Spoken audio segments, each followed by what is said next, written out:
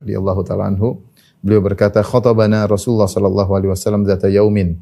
Suatu hari Rasulullah SAW berkhutbah kepada kami, faqala ya ayuhan nas ittaqu hadzal syirka. Nabi berkhutbah, Nabi berkata, wahai manusia sekalian, hindarilah atau jagalah diri kalian dari kesyirikan ini. Fa innahu akhfa min dabibin naml. Sungguhnya dia lebih samar daripada rayapan semut. Ya, dia lebih samar dari rayapan semut. Tentu kita tahu semut kalau berjalan saja kita enggak sadar. Bahkan dia naik ke tubuh kita, dia naik di baju kita, kita enggak sadar. Apalagi bekasnya ya. Ya, rayapan semut itu sangat tidak kita. Semutnya kita tidak sadari, apalagi rayapannya, gerakan dia.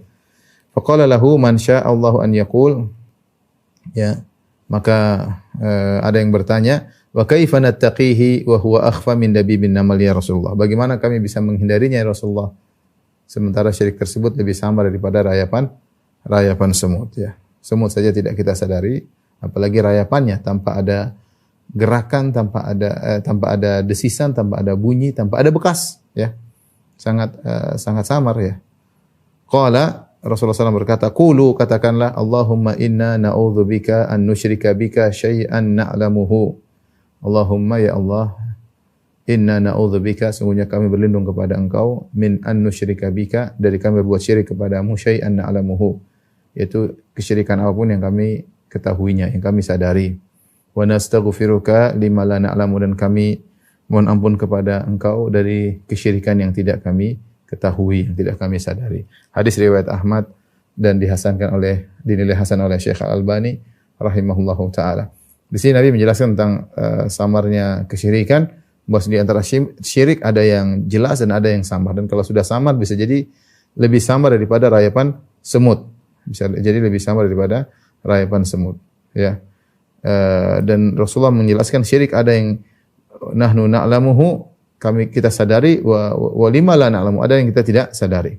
Hadis yang kedua, hadis riwayat Al-Bukhari dalam kitabnya Al-Adabul Mufrad an Ma'qil bin Yasar, dari Ma'qil bin Yasar, beliau berkata, intalaqtu ma'a Abi Bakrin As-Siddiq radhiyallahu taala anhu ila Nabi sallallahu alaihi wasallam. Aku berjalan bersama Abu Bakar menuju Rasulullah sallallahu alaihi wasallam. Faqala Rasulullah SAW berkata, ya Abu Bakar, wahai Abu Bakar, la syirku fikum akhfa min dabibin namal. Sungguh kesyirikan yang ada pada kalian, yang menimpa kalian, umatku, lebih samar daripada rayapan semut. Faqala Abu Bakar berkata, wa hal syirku illa man ja'ala ma'allahi ilahan akhar. Bukankah syirik adalah menjadikan Tuhan selain Allah Subhanahu wa taala? Ya. Di sini Abu Bakar bertanya, bukankah syirik ya yang zahir, yang nampak? Maka Rasulullah SAW ingin mengisyaratkan di sana ada syirik yang tidak nampak. Syirik bukan terbatas pada itu saja. Faqala Nabi SAW, walladhi nafsi biyadihi, demi zat yang jiwaku berada di tangannya, la syirku akhfa min dabibin namal. Sungguhnya syirik itu lebih samar daripada rayapan semut. Ala adulluka ala syai'in idza qultahu dhahaba anka qaliluhu wa kathiruhu. Maukah aku tunjukkan kepada engkau suatu amalan atau suatu doa yang jika engkau mengucapkannya maka akan pergi darimu kesyirikan, yang banyak maupun sedikit semuanya akan pergi. Qala qul, katakanlah, Allahumma inni a'udzubika an usyrika bika wa ana a'lamu. Ya Allah, aku berlindung kepada Engkau dari kesyirikan yang aku sadari. Wa astaghfiruka lima la a'lamu, dan aku memohon ampun kepada Engkau dari kesyirikan yang tidak aku sadari. Hadis diriwayatkan oleh Imam Al-Bukhari dalam Al-Adabul Mufrad dan disahihkan oleh Syekh Al-Albani rahimahullahu taala. Di sini jelas bahwasanya Rasulullah menyatakan syirik itu ada yang samar. Oleh karenanya sebenarnya membagi, ya, kalau kita mau membagi syirikan, ya, bisa diklasifikasikan menjadi dua, yaitu syirik besar, syirik kecil. Syirik besar itu mengeluarkan seorang dari Islam, syirik kecil tentunya tidak. Dan masing-masing ini juga bisa dibagi menjadi dua, ya. Ada namanya syirku al-jali, syirik yang nampak. Kemudian syirku al-khafi, syirik yang tidak nampak.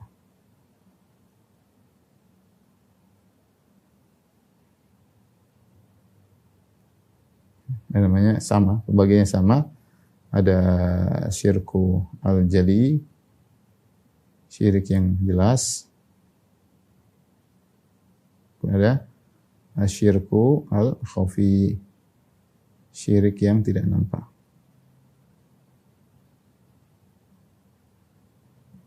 Nah, kalau kita bicara tentang ranah syirik yang tidak disadari, ya, yaitu syirik yang samar, ya. Syirik yang samar ini, syirik yang samar. Ya. Syirik yang samar, ya. Syirik yang tidak disadari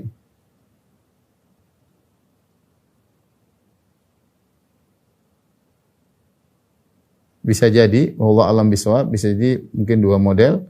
Dia termasuk syirkul khafi, syirik yang samar,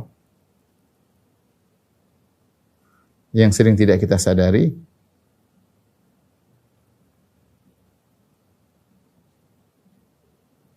Atau dia syirik yang nampak,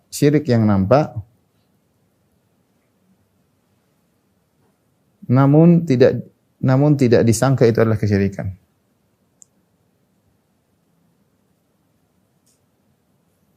Itu adalah kesyirikan. Syirik yang samar, yang sering tidak disadari, atau syirik yang nampak namun tidak disangka itu adalah kesyirikan. Ini mungkin kira-kira yang bisa kita gariskan dengan syirik yang tidak disadari, ya. Karena syirik memang ada yang jelas seperti minta kepada mayat, menyembah berhala misalnya, ya. Itu sangat-sangat jelas menyembelih kepada selain Allah Subhanahu wa taala. Ini adalah syirik yang jelas dan sangat nampak bahwa itu merupakan kesyirikan. Tapi yang kita bahas adalah syirik yang tidak disadari. Itu yang samar atau syirik yang nampak namun tidak disangka, itu adalah kesyirikan. Yang tadi Nabi sallallahu alaihi wasallam jelaskan bahwasanya syirik-syirik ini, ya, lebih samar dari rayapan semut. Ya. Dan kita tahu rayapan semut itu tidak terasa.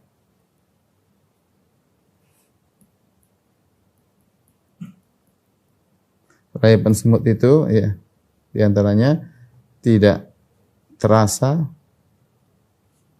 tanpa bunyi, tanpa bekas.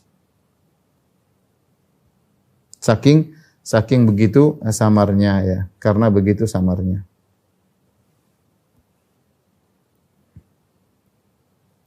Nah, ketika Nabi SAW menggambarkan begitu samarnya syirik ini, maka kita harus waspada. Tidak boleh kita anggap sepele. Kenapa ikhwan dan akhwat yang rahmati Allah Subhanahu wa taala? Karena kita ingin meninggal tanpa syirik sama sekali. Bukankah Nabi SAW mengatakan dalam hadis qudsi, Allah berfirman, "Ya bani Adam, law ataitani bi qurabil ardi khataaya thumma laqitani la tusyriku bi syai'a la ataituka bi qurabiha maghfirah." Wahai anak Adam, kalau kau bertemu dengan aku dengan bawa dosa sebesar bumi ini, dosa sepenuh bumi ini, dosa seberat bumi ini, itu dosa-dosa besar tentunya yang dikatakan seberat bumi, sebesar gunung, sebanyak buih di lautan, dosa-dosa besar. Jika kau bertemu dengan aku membawa dosa sepenuh bumi ini, tsumma laqitani la tusyriku bi syai'in, kau bertemu dengan aku tanpa buat syirik sama sekali, la ataituka bi qurabiha maghfirah, maka aku akan mendatangi engkau juga dengan ampunan sebesar bumi ini. Jadi seorang berjuang ini perjuangan bukan sehari dua hari, berjuang sampai seumur hidup. Ya. Makanya setan menggoda, ya, nanti kita sebutkan, setan menggoda bagi orang akan meninggal dunia, digoda dengan ujub. Sebagaimana Imam Ahmad rahimahullahu taala, ya, ketika akan meninggal dia sempat mengatakan ba'du. Belum. Anaknya bertanya, "Kenapa wahai ayahanda, kenapa engkau mengatakan demikian?" Dia bilang, "Setan tadi datang mengatakan, 'Futtani ya Ahmad, kau telah selamat dariku.'" Kata Imam Ahmad, "Belum." Jadi setan ingin Imam Ahmad ujub. Kata Imam Ahmad, "Belum. Selama nyawa masih di kerongkongan belum ada selamat dari godaan syaitan." Ya. Makanya di antara doa Nabi sallallahu alaihi wasallam, "Na'udzubika min an yatakhabbatani syaitan indal maut." Aku berlindung kepada Engkau ya Allah dari gangguan syaitan ketika akan meninggal dunia. Karena secara logika tentunya syaitan akan mengerahkan seluruh kemampuannya untuk menggoda seseorang ketika akan meninggal dunia. Kalau dia tidak punya pertahanan yang kuat, dibuat ragu, dibuat macam-macam, dijerumus dalam syirik, dibuat ujub macam-macam. Maka seorang berusaha membersihkan dirinya. Ketika dia bertemu dengan Allah Subhanahu wa taala, dia tidak punya syirik sama sekali, ya. Syirik yang disadari maupun syirik yang tidak disadari. Dan syirik tentunya banyak sekali. Taib, ikhwan dan akhwat, jamaah majelis taklim Al-Khonsa dan Sofia, dirahmati Allah Subhanahu wa taala. Ini secara sederhana mungkin kita jelaskan kembali, kesyirikan ada besar, ada kecil. Yang besar ada yang jali seperti minta kepada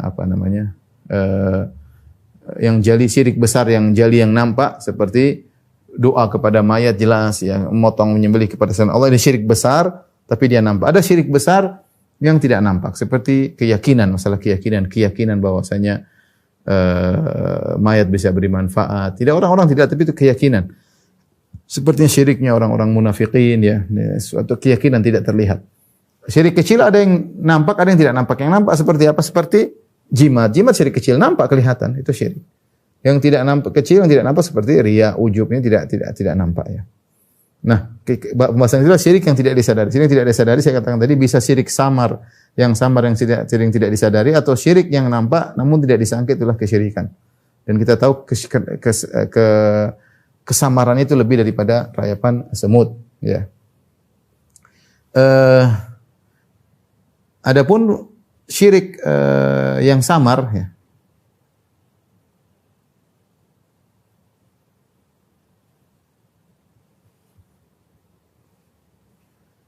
Syirik yang samar.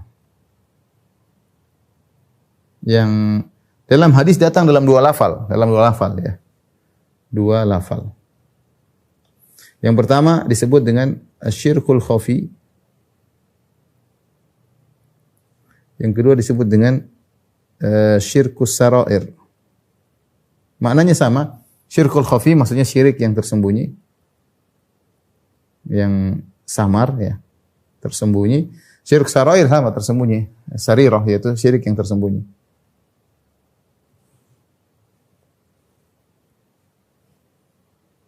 Syirik yang tersembunyi. Nabi ketika menyebut tentang dua nama ini, Nabi menjelaskan tentang riya ya. Kedua-dua ini adalah nama lain daripada riya. Nama lain dari riya. Nabi SAW dalam hadis mengatakan ketika para sahabat sedang berbicara tentang Dajjal yang sangat berbahaya, yang mengerikan, kata Nabi SAW, ala adullukum ala ma huwa akhwafu alaikum indi min fitnatil masih Dajjal. Maka aku tunjukkan kepada kalian tentang suatu perkara yang lebih aku khawatirkan menimpakan daripada fitnahnya Dajjal. Qalu bala ya Rasulullah. Tentu, fitnah apakah itu? Kata Rasulullah SAW, asyirkul khafi, syirik yang samar. Yakumur rajulu fayuzayyinu salatahu lima yara min nadhari rajulin ilaihi. Seorang berdiri, kemudian dia bagus-baguskan salatnya karena dia tahu orang sedang memperhatikannya. Dalam riwayat yang lain kata Rasulullah SAW, iyyakum wa syirkas sarair. Iyyakum wa syirkas sarair. Hati-hatilah kalian terhadap syirik yang tidak kelihatan. Yang tidak kelihatan. Bagaimana Rasulullah? Rasulullah jelaskan sama. Yakumur rajulu fayuzayyina salatahu lima yara anna rajula nadhara ilaihi. Ya. Seorang salat, kemudian dia bagus-bagus salatnya karena dia tahu ada orang sedang perhatikan salatnya. Dan disebut syirik yang khafi. Kenapa disebut khafi? Sebab penamaan.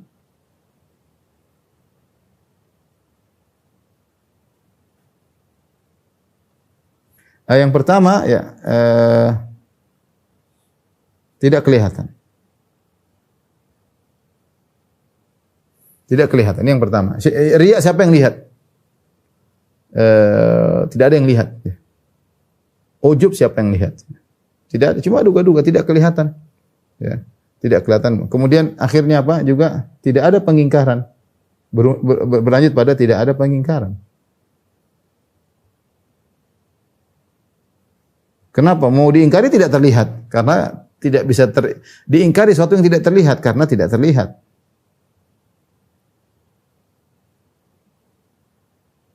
Kenapa juga disebut dengan syirkul khafi? Karena banyak yang terkena, banyak yang terjangkiti,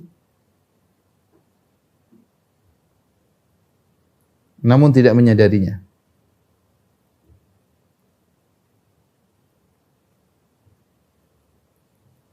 Ya, namun tidak menyadarinya. Ya.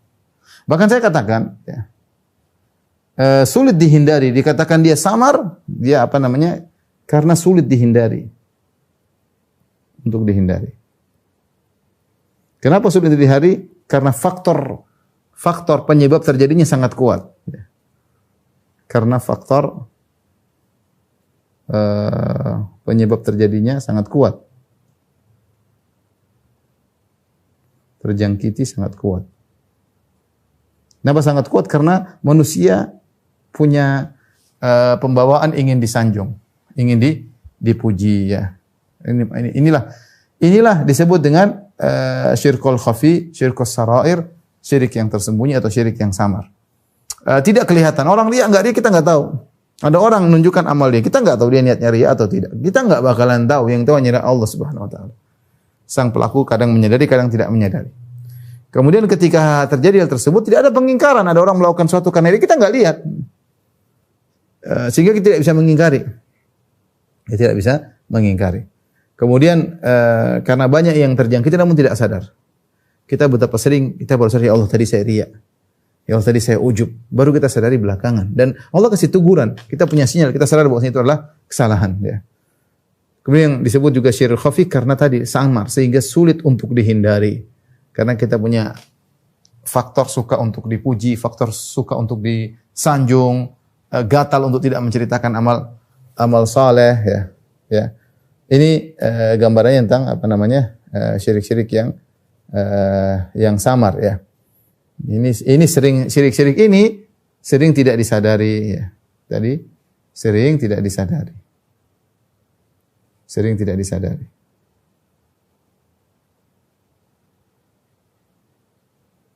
Tapi kita akan sebutkan dua contoh syirik yang sering tidak disadari. Atau syirkul khafi yang sering tidak disadari.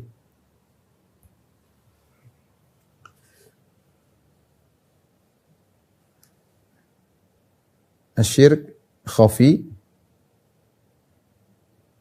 yang sering tidak disadari.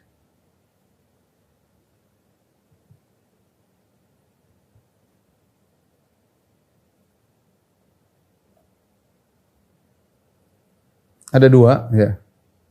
Yang pertama adalah riya, yang kedua adalah ujub. Riya apa artinya? Riya adalah muraat, memperlihatkan.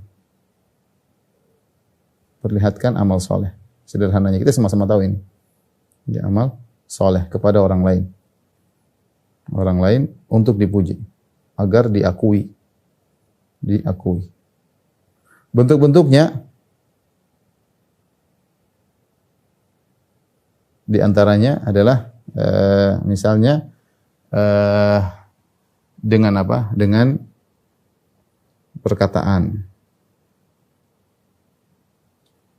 Kedua, misalnya dengan sikap, dengan apa?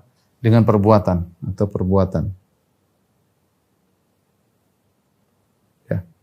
Ini contoh dengan perkataan misalnya cerita ya. Saya kemarin begini, saya kemarin begitu, ini contoh ya.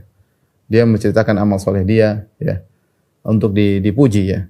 Untuk dipuji. Dengan perbuatan ya dia menampakkan jelas sholat tadi orang lihat dia bagus-baguskan sholatnya, dia baca Quran orang lihat dia bagus-baguskan baca Qurannya, dia ceramah agama karena dia tahu orang sedang nonton maka dia bagus-baguskan ceramahnya ya. Ini bentuk-bentuk riya ya, bentuk-bentuk riya. Di antara bentuk riya juga misalnya membanggakan ilmu ya, saya tahu ini, saya baca ini cerita. Jadi dengan cerita ini bentuknya banyak sekali. Dengan perkataan banyak sekali ya. Seperti menceritakan amal solehnya.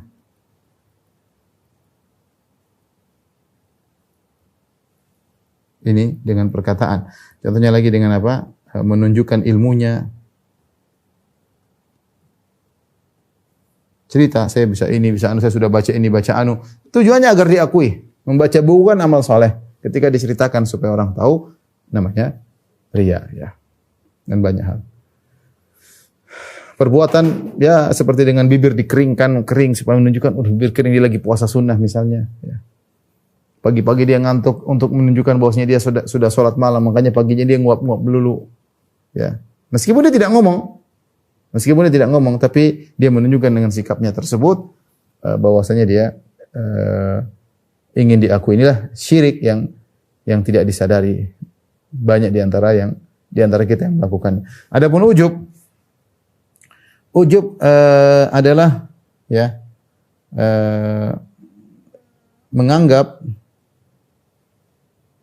bahwa kita punya andil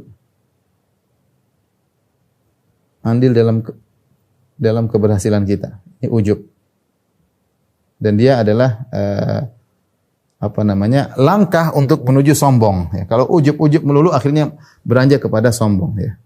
Jadi ketika seorang merasa dia punya andil dalam keberhasilannya, entah karena dia merasa dia cerdas, entah karena merasa dia banyak pengalaman, entah karena dia merasa dia dari keturunan ini, dia merasa dia punya andil dalam keberhasilan. Padahal kita tahu bahwasanya yang buat seorang berhasil murni adalah Allah Subhanahu wa taala. Murni Allah Subhanahu wa taala. Oleh karenanya ujub ini dari satu sisi lebih parah daripada riya. Lebih suci daripada riya. Ya, bedanya bagaimana? Beda ujub dan riya. Ya. Kalau riya bedanya, beda ujub dan riya.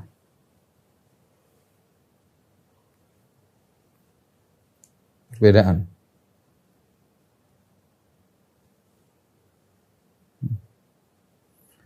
Ujub, riya. Perhatikan, kalau riya kita mensekutukan Allah dengan orang lain.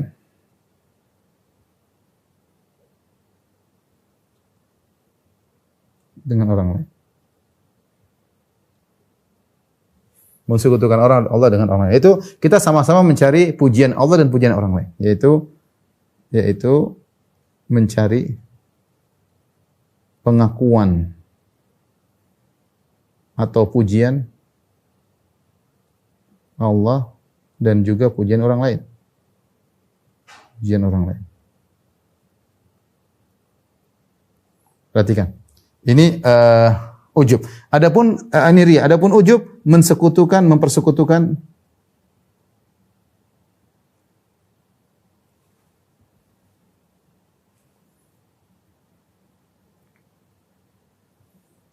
Allah dengan diri kita sendiri.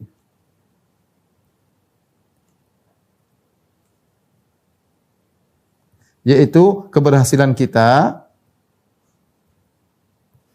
karena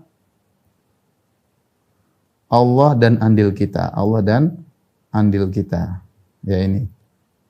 Nah, jadi ini dari sisi ini parah. Kalau riya kita kan beribadah supaya diakui oleh Allah dan juga diakui oleh manusia. Makanya kita cerita agar disanjung. Kalau ujub, kita merasa keberhasilan kita itu karena Allah dan juga karena kita. Karena kecerdasan, bangga saya mulai dari nol, saya mulai bangga cerita. Karena saya banyak ini, karena saya gini, karena saya belajar, karena saya pintar. Dia bercerita bukan karena sekedar menjelaskan sebab, tapi karena ujub. Nampak orang ujub itu ketika dia ngomong, yang harusnya samar jadi kelihatan. Ini di antara perbedaan antara riya dan ujub. Perbedaan berikutnya, ini yang pertama. Yang kedua, dari sini kita tahu bahwasanya riya berkaitan dengan tauhid uluhiyah. Terkait dengan tauhid uluhiyah. Yaitu pada tujuan. Mensekutukan Allah dengan Allah tujuan kita, makhluk juga tujuan. Jadi berkaitan dengan tujuan, ini syirik uluhiyah. Kita beribadah untuk Allah dan juga untuk makhluk. Tauhidul ibadah, tauhid uluhiyah. Kita beribadah untuk Allah dan juga untuk makhluk. Ini bahayanya riya. Ya. Adapun ujub terkait dengan rububiyah. Ya.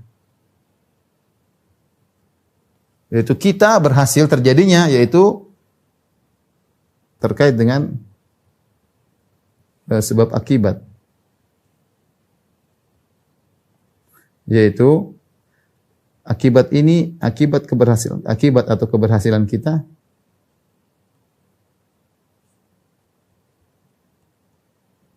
disebabkan Allah dan kita.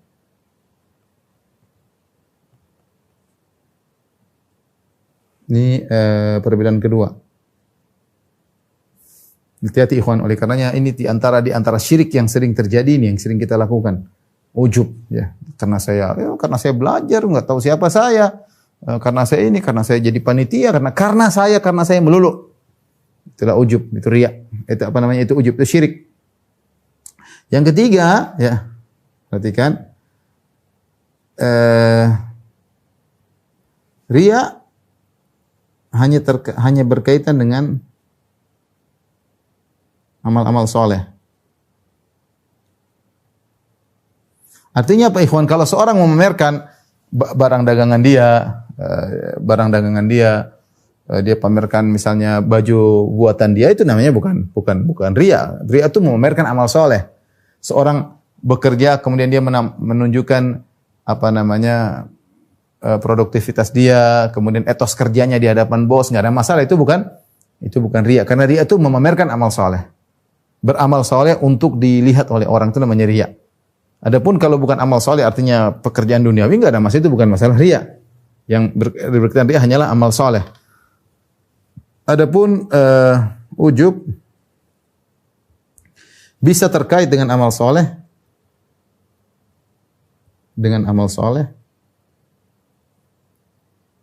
atau perkara duniawi.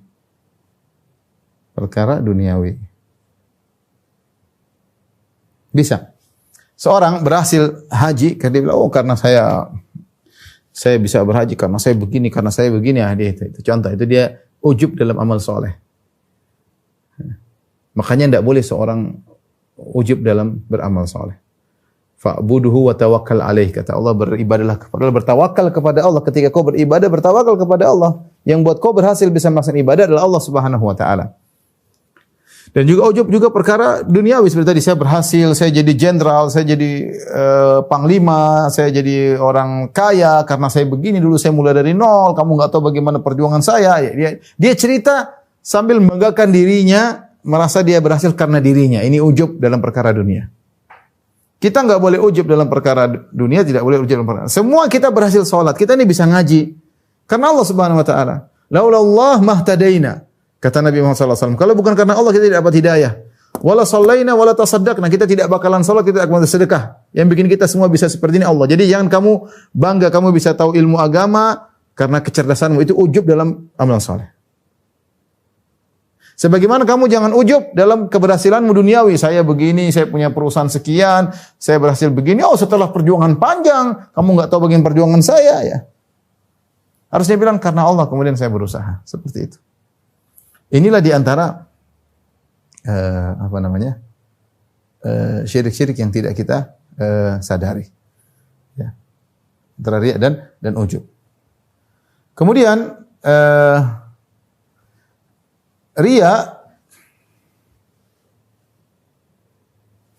riya juga, ya, terbagi menjadi dua kalau kita boleh bagi, yaitu yang jelas, yang terselubung. Ya. Yang jelas tadi kita cerita, dengan jelas-jelas kita cerita secara langsung. Contoh cerita secara langsung tentang amal soleh kita.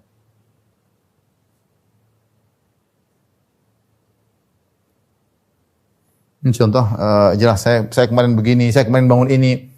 Saya kemarin begini, ini contoh riya langsung, cerita secara langsung. Yang terselubung yaitu tidak secara langsung.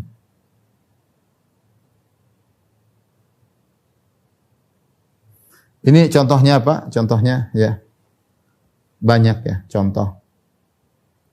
Misalnya apa?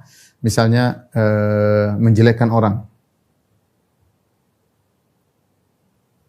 Menjelekkan orang lain. Ya. Ini namanya ghibah plus riya. Ghibah plus riya. Contoh, ini disampaikan oleh Ibnu Taimiyah rahimahullah, ini ghibah riya terselubung yang sangat berbahaya. Dia mengumpulkan dua dosa, yaitu riya dan ghibah. Seperti gimana? Dia mengatakan, si fulan itu setiap subuh enggak pernah kelihatan, selalu terlambat kalau salat subuh. Dia maksudnya bukan ghibah doang, tapi dia sekaligus riya. dia ingin menunjukkan bahwasanya si fulan itu terlambat salat subuh, kalau saya tidak. Meskipun dia tidak bilang adapun saya tidak pernah terlambat. Dia enggak pernah mengucapkan perkataan tersebut. Karena dia tahu kalau dia mengucapkan perkataan tersebut adapun saya tidak pernah terlambat salat subuh, berarti dia riya. Secara sharih jelas lafalnya menunjukkan dia riya. Tapi caranya agar terselubung, dia bingkai dengan bingkai yang sangat indah. Dia menjelekkan orang lain dan dipahami dari sikapnya menjelekkan orang lain bahwasanya dia tidak. Seperti tadi, si fulan tuh kalau subuh enggak pernah kelihatan. Nah, orang yang dengar dia tahu bahwasanya kalau kamu selalu kelihatan. Oh, si fulan tuh selalu tidak pernah di saf pertama. Meskipun kita enggak bilang kita pernah selalu di saf pertama, tapi orang paham berarti kalau kamu selalu di saf pertama. Kita bilang, si fulan pelit. Kalau dikasih sumbangan pelit. Kita ngajak orang menuju orang pelit agar menunjukkan bahwasanya kita tidak pelit. Ini namanya gibah plus riya. Ini paling berbahaya. Paling buruk. Riya terselubung yang paling buruk adalah riya gibah plus riya, gibah plus. Di antara riya terselubung contohnya menceritakan kenikmatan. Tahadus bi nikmat ini asalnya agar dia dianggap wali. Dia bilang alhamdulillah Allah memudahkan urusan saya. Tapi dia cerita-cerita untuk menunjukkan bahwasanya saya orang hebat karena saya suka beramal saleh begini-begini, akhirnya Allah mudahkan saya. Sehingga orang yang mendengar menjadi terpukau menganggap dia seorang wali, seorang yang hebat. Kenapa dia mengatakan selalu Allah mudahkan urusan saya, selalu begini, selalu begini. Ini hati-hati juga. Ini kita ingat ya, ketika kita membahas ini bukan kita sedang menuduh orang lain, tidak. Masing-masing tidak boleh menuduh orang lain. Kita introspeksi diri kita masing-masing. Jangan sampai kita terjebak dalam riya terselubung seperti ini. Kita memuji, memberikan bahwasanya Allah berikan saya nikmat banyak karena saya soleh. Ya. Ini kesakan kita pamer kesolehan kita. Waspada, ini riya terselubung. Ya. Contoh lagi misalnya, memuji gurunya setinggi langit.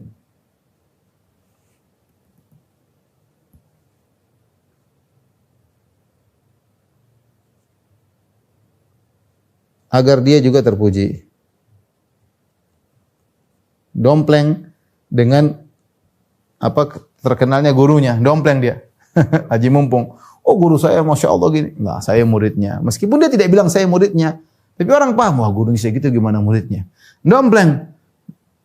Ustadz fulan, murid si fulan. Ya, kita enggak nuduh orang ya. Hati-hati. Saya bukan berarti untuk nuduh orang. Kita untuk diri kita sendiri. Kadang udah cerita, oh saya muridnya ustadz ini, saya muridnya syekh ini. Terus kenapa kalau kau muridnya syekh? Kalau kau muridnya ustadz juga kenapa? Ya, muridnya Nabi ada yang jadi munafik. Ada. Emang semua kalau belajar sama Nabi kemudian jadi sahabat mulia, ada munafik. Ketemu Nabi belajar sama Nabi sallallahu alaihi wasallam. Ya, tidak semua orang kemudian. Ya, terkadang dia mengangkat gurunya agar dia juga terangkat. Ya. Ini di antara riya terselubung, waspada. Ya. Dia sebutkan saya telah belajar sama si fulan. Hati-hati ya, Allah Maha tahu. Kamu cerita itu untuk apa? Kalau kamu cerita untuk mengangkat derajatmu, maka itulah riya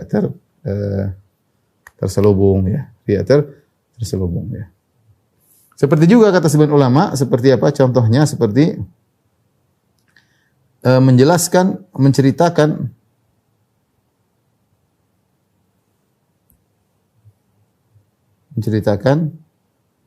bahwa musuhnya celaka. Jadi ada orang ganggu dia, bilang lihat orang itu celaka. Dulu ganggu saya, ya, seperti itu. Ini seakan-akan saya wali, saya dibela oleh Allah Subhanahu wa taala. Dia juga ngangkat diri namanya. Angkat diri. Ya. Hati-hati, ini juga riya terselubung. Ya. Ingin menunjukkan bahwasanya dia soleh, makanya musuh-musuhnya celaka. Dia tidak tahu, kata kalau nggak salah Al-Munawi, dia tidak tahu bahwasanya ada orang yang berusaha mencelakakan sahabat, bahkan membunuh sahabat, akhirnya dapat hidayah. Ada. Khalid bin Walid membunuh sahabat. Terus dia celaka, apakah sahabat bukan wali? Sahabat wali-wali Allah. Yang membunuhnya bisa dapat hidayah.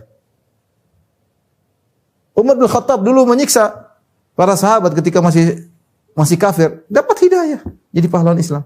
Emang kalau ada orang celaka, enggak habis ganggu kamu, dia celaka berarti kamu wali begitu? Jadi karena mengganggu orang bukan karena kamu. Jadi tidak perlu, dia tuh orang ganggu saya. Lihat mereka celaka satu persatu, enggak perlu. Enggak perlu. Saya bilang itu takdir Allah. Enggak perlu. Dari mana kamu tahu? Karena sebab dia ganggu kamu. Dari mana ada turun ayat bahwasanya gara-gara dia ganggu kamu dia celaka? Enggak ada kan? Ya sudah enggak usah kait-kaitkan dia celaka bilang karena dia ganggu saya, enggak perlu. Kita cerita itu yang kemarin ganggu saya, qadarullah dia begini. Jangan mengesankan gara-gara ganggu kamu seakan-akan kamu wali. Enggak perlu. Ya. Enggak perlu. Di antara riya terselubung adalah misalnya merendahkan tawadhu tapi bukan karena Allah. Tawadhu karena riya. Ini apa namanya? Pencitraan kalau bahasa kita. Bahasa politiknya pencitraan. Oh, tawadhu kadang ini jalan kaki, kadang tawadhu naik sepeda, tapi dia share. dia ingin jadi merendahkan mutu untuk meninggikan mutu, merendahkan diri untuk meninggikan mutu. Ini juga riya ini, riya. Ya. Setan ketika menjerumuskan orang riya dia punya banyak cara. Dia punya banyak cara. Inilah ikhwan akhwat rahmatillah subhanahu wa taala. Jadi syirik khafi yang sering tidak disadari bisa riya, bisa ujub. Dan riya itu bisa dengan perkataan, bisa riya dengan perbuatan. Adapun perbedaan riya dan ujub sudah kita jelaskan tadi. Pertama riya berkaitan dengan tujuan, adapun ujub berkaitan dengan mensyirikan Allah dengan diri kita. Adapun riya mensyirikan Allah dengan orang lain. Kemudian riya berkaitan uluhiyah, ujub dengan rububiyah.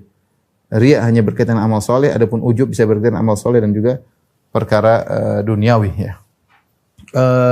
Syirik yang jelas, namun sering tidak disangka itu riya. Ya.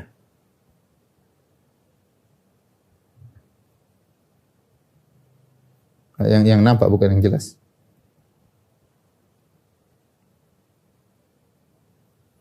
Namun tidak disangka riya. Disangka syirik. Ini ada beberapa contohnya. Yang pertama misalnya menyandarkan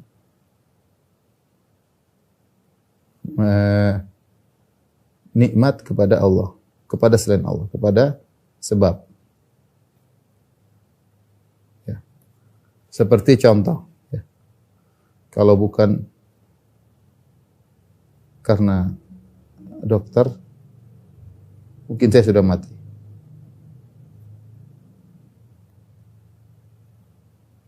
Ini contoh, ini sering terjadi. Justru di saat kita ingin, Allah mengatakan, wa amma bi ni'mati rabbika fahdits. Adapun nikmat Rabbmu ceritakan. Maksudnya kita bilang, kalau bukan karena Allah selamatkan saya lewat dokter, mungkin saya sudah mati. Tapi betapa sering kita melupakan Allah yang mengantarkan kesembuhan kepada kita, yang menentukan kesembuhan pada kita. Lupa pada Allah, kita bilang, kalau bukan karena dokter saya sudah mati. Ya. Makanya Allah berfirman, ya'rifuna ni'matallahi tsumma yunkiruna. Kata Allah Subhanahu wa taala, ya'rifuna ni'matallahi tsumma yunkirunaha. Mereka mengenal nikmat Allah tapi mereka mengingkarinya. Ayat ini dijelaskan oleh para salaf, itu seorang yang dia berlabuh di lautan, kemudian datang ombak besar. Datang ombak besar, kemudian nahkodanya pandai mengendalikan kapalnya, akhirnya selamat. Ketika selamat dia mengatakan, kalau bukan karena nahkoda yang cerdas, yang ahli, mungkin kita sudah mati. Ini contoh. Kita justru, tentunya orang mengucapkan ini tahu karena Allah. Tetapi dia ketika menceritakan, harusnya dia bilang karena Allah, kemudian perantara nahkoda tersebut. Jangan langsung dia sandarkan kepada sebab. Dia mengatakan, kalau bukan karena koda, kalau bukan karena polisi, kalau bukan karena ini, kalau bukan karena kamu, ini semua adalah syirik kecil. Syirik kecil. Ya. Tidak boleh seorang membiasakan diri. Kita biasakan diri sekarang apapun kita alhamdulillah, kalau bukan karena Allah, kemudian karena dia. Alhamdulillah Allah menolong saya, Allah kirim. Langsung kita nisbahkan kepada Allah. Allah kirim ya dokter itu kepada saya. Allah kirim polisi kepada saya. Ini langsung benar-benar kita nisbahkan kepada Allah. Ini menyelamatkan diri daripada syirik yang tidak kita sadar. Ini sering kita lakukan. Ya. Di antaranya ya, dan ini mirip dengan ujub, tapi ujub lebih parah ya. Ini mirip dengan ujub ya. Mirip dengan ujub. Tapi ujub lebih parah. Kenapa lebih parah? Karena ujub terkait dengan diri sendiri, terkait dengan diri sendiri. Nah, kalau ini karena polisi, karena saya. Kalau ujub karena kecerdasan saya, karena kelihayan saya, karena kerajinan saya, karena darah saya, karena jabatan saya, karena ini semua adalah contoh. Ini riya, syirik ini sering dilakukan namun tidak disadari oleh masyarakat. Ya, sering. Ya. Tidak disadari oleh masyarakat. Kemudian di antaranya, misalnya tawakal kepada sebab.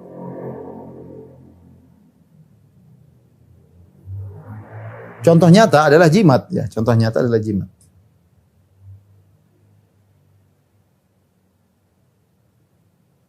Dan sebab di sini umum, ya.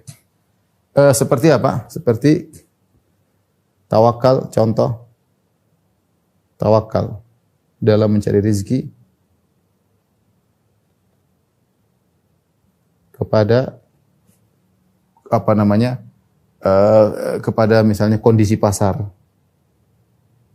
Misalnya, atau misalnya kepada bos, kepada kantor, atau kebaikan bos. Ini kadang-kadang tidak kita sadari, ya. Kita bilang, perusahaan saya memang hebat karena kayak gini. Ini contoh. Dia tawakalnya kepada. Kalau yang pertama, yang ini dia tawakalnya kepada Allah tapi salah ngomong. Yang pertama ini tawakalnya kepada Allah tapi salah dalam ungkapan. Dalam ungkapan syukur. Ini lebih parah yang nomor 2. Lebih parah, ya. Ini tawakalnya kepada selain Allah. Tawakalnya kepada sebab. Contoh lagi misalnya tawakal dalam kesembuhan. Dalam kesembuhan. Yaitu misalnya kepada dokter. Oh, dokter ini canggih, kalau bukan dia, ini tenang. Dia begitu dokter datang langsung tawakal, ini dokter sembuh. Salah, kepada Allah harusnya. Kita boleh alhamdulillah Allah datangkan dia. Alhamdulillah Allah, atau tawakal kepada misalnya obat. Obat ini pokoknya minum obat. Jangan tawakal sama obat, yang sembuhin Allah Subhanahu wa taala. Yang sembuhin Allah Subhanahu wa taala. Ya. Allah mengatakan tentang rezeki, fabtagu indallahi rizqa. Carilah rezeki di sisi Allah, carilah di sisi Allah rezeki. Jadi rezeki Allah yang kasih rezeki. Bos, perusahaan yang hebat, ini semua sebab. Jangan hati kita bertawakal. Kita bertawakal kepada sebab-sebab ini, maka kita terjerumus dalam apa? Syirikan. Ini kesyirikan tidak kita sadari. Atau dalam kesembuhan, jangan tawakal sama obat, jangan sampai. Yang sembuh adalah yang menyembuhkan adalah Allah. Kata Nabi Ibrahim, fa idza maridtu fa huwa yashfin. Kata Nabi Ibrahim, kalau saya sakit Allah yang sembuhkan. Tidak ada yang nyembuh. Allah obat, dokter sebab Allah yang kirim. Kalau tidak sembuhkan enggak bisa sembuh. Dokter aja enggak bisa menyembuhkan dirinya. Ya. Ini syirik-syirik yang nampak tetapi tidak disadari, itu merupakan apa? Kesyirikan. Ya. Di antaranya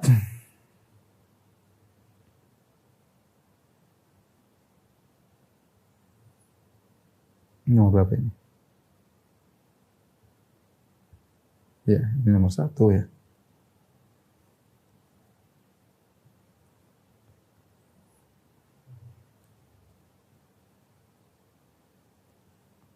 Ada juga model ketiga, ya. Melakukan amal soleh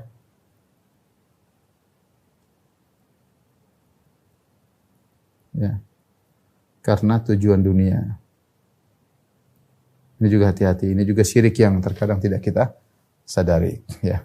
Nabi SAW mengatakan, "Man talabal ilma mimma yubtaghu bihi wajhullah, la yata'allamu illa liyusiba 'aradan minad dunya, lam yajid 'arafal jannah." Siapa yang menuntut ilmu, yang harusnya menuntut ilmu itu karena mengharapkan wajah Allah, ternyata dia menuntut ilmu karena mencari dunia, maka dia tidak akan mencium bau surga. Ini contoh. Rasulullah kasih sampel tentang menuntut ilmu. Menuntut ilmu jangan cari dunia. Ya. Misalnya tadi kata Nabi SAW, Menuntut ilmu karena mencari dunia.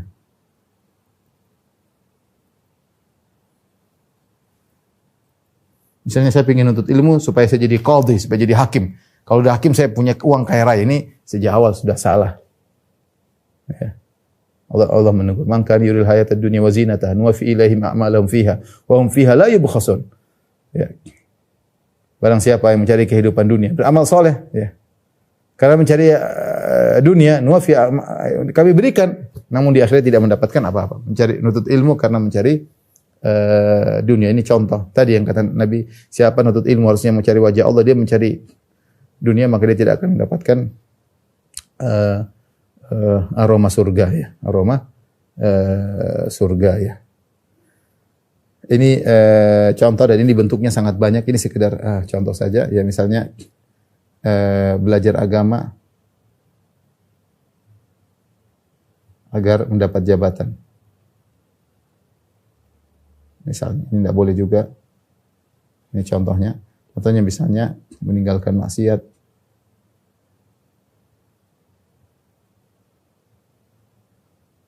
Ya, agar tidak dicela, misalnya dicela manusia. Ini juga hati-hati. Ya, berarti niatnya bukan karena Allah Subhanahu wa taala, tapi karena duniawi. Ya, ini juga bisa termasuk daripada syirik, syirik kecil, ya. Allah alam bisawab, ya. Kalau dulu zaman dahulu ada juga di antaranya zaman dahulu ikut-ikutan mentahdzir, ya, ini sudah enggak ada zaman sekarang, zaman dulu ada. Agar tidak dibilang lemah manhajnya, misalnya. Ini dulu, zaman sekarang sudah enggak ada. Ya, zaman dulu rame, ya, mentahdzir sana sini. Kalau tidak mentahdzir nanti takut dikatakan lemah, mumayyiz dan macam-macam. Ini contoh orang melakukan sesuatu bukan karena Allah, tapi karena tujuan duniawi. Ini saja mungkin rekan-rekan yang dirahmati Allah Subhanahu wa taala.